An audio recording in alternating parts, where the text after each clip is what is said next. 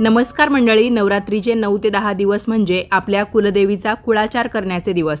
त्यामध्ये देवीची ओटी भरणे हा सुद्धा एक प्रकारचा कुळाचारच आहे।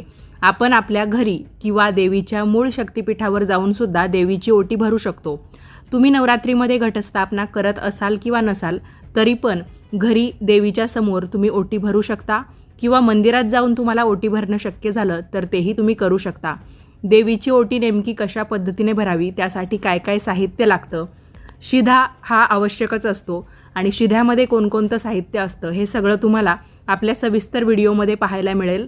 त्याचबरोबर बरेच जण विचारतात, कुमारिका असतील किंवा घरातले पुरुष असतील किंवा ज्या महिला गरोदर असतील त्या देवीची ओटी भरू शकतात का? सर्व माहितीचा व्हिडिओ पाहण्यासाठी आजच तुम्ही दिल्लीकर मराठी हे चॅनल यूट्यूबवर सर्च करा आणि देवीची ओटी कशी भरावी हा व्हिडिओ पहा। व्हिडिओ पाहिल्याबद्दल तुम्हा सर्वांचे खूप खूप धन्यवाद।